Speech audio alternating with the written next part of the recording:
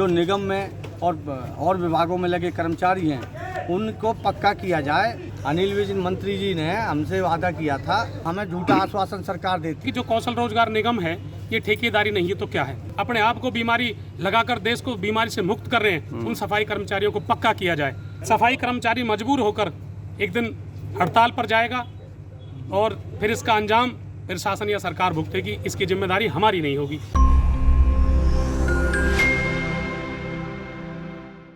हरियाणा सरकार द्वारा हाल ही में लागू किया कौशल विकास रोजगार निगम के विरोध में एवं नगर निगम के कई वर्षों से कच्चे पड़े सफाई कर्मचारियों को पक्का करने के विरोध में आज नगर निगम के सैकड़ों कर्मचारी तिगांव के विधायक राजेश नागर के निवास पर पहुंचे, जिन्होंने विधायक राजेश नागर को मुख्यमंत्री के नाम अपनी मांगों को लेकर ज्ञापन सौंपा। सफाई कर्मचारियों का कहना है कि हाल ही में फरीदाबाद नगर निगम में 24 गांवों को अपने अधीन किया है। वहां पर सफाई कर्मचारियों की ड्यूटी तो लगा दी है, लेकिन निगम की तरफ से अभी तक उन्हें कोई औजार नहीं मिल पाया है, जिसके कारण उन्हें काम करने में काफी समस्या आ रही है। साथ ही साथ उन्होंने बताया कि कौशल विकास रोजगार निगम के द्वारा सरकार ठेकेदारी प्रथा लागू करने जा रही है, इसे तुरंत प्रभाव से समाप्त किया जाए, अन्यथा 20 अगस्त को रोहतक में एक बड़ा विरोध प्रदर्शन तमाम निगम के सफाई कर्मचारी द्वारा किया जाएगा। तस्वीरों में दिखाई दे रहा नजारा तिगांव विधायक राजेश नागर के निवास स्थान का है, जहां पर निगम सफाई कर्मचारी विरोध प्रदर्शन करते हुए नजर आ रहे हैं। उनका मानना है कि कौशल विकास रोजगार निगम के द्वारा ठेकेदारी प्रथा लागू की जा रही है,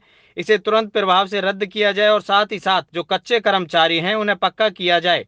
सफाई कर्मचारियों के लिए उचित व्यवस्था और संसाधन की व्यवस्था की जाए। हम यहाँ पर नगर पालिका कर्मचारी संघ के आह्वान पर एक ज्ञापन देने आए हैं और हमारी मांग है कि कौशल रोजगार निगम को भंग किया जाए। हरियाणा सरकार ने हमारे कर्मचारियों पर जबरदस्ती इसको थोपा जा रहा है ठेकेदारी के तौर पर। हम ये कहना चाहते हैं जो निगम में और विभागों में लगे कर्मचारी हैं उनको पक्का किया जाए और हमारे जो सफाई के औजार हैं वो हम पे बिल्कुल नहीं है, उनके हमने सफाई करने में दिक्कत आ रही है।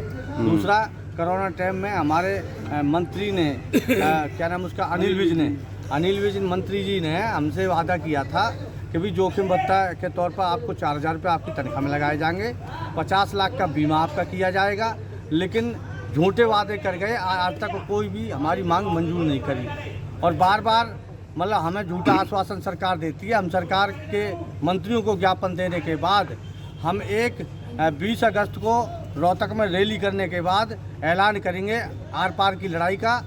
या तो हमारे सरकार हमारे कर्मचारियों के सुन ले, नहीं तो फिर बातचीत के माध्यम से सुन ले, नहीं तो फिर हम हड़ताल पे उतारू हो जाएंगे। फिर प्रशासन की और सरकार की जिम्मेदारी होगी।